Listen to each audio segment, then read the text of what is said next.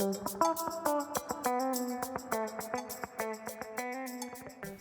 afternoon, my name is Raul Dominguez. I work for the Florida Department of Transportation. This mobile workshop and the Safety Summit is a great event for engineers, urban planners, elected officials to come out and experience firsthand the facilities that we put in place for the public to use.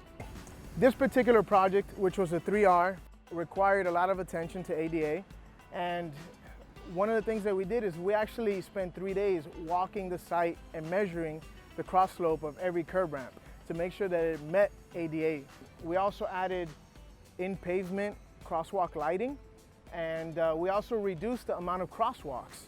There were certain intersections that had crosswalks on both the south and the north leg. We reduced the lane widths to provide sufficient asphalt for a bike lane, and that's what you see behind us here. Thank you, and hope to see you at the 2020 Safe Street Summit.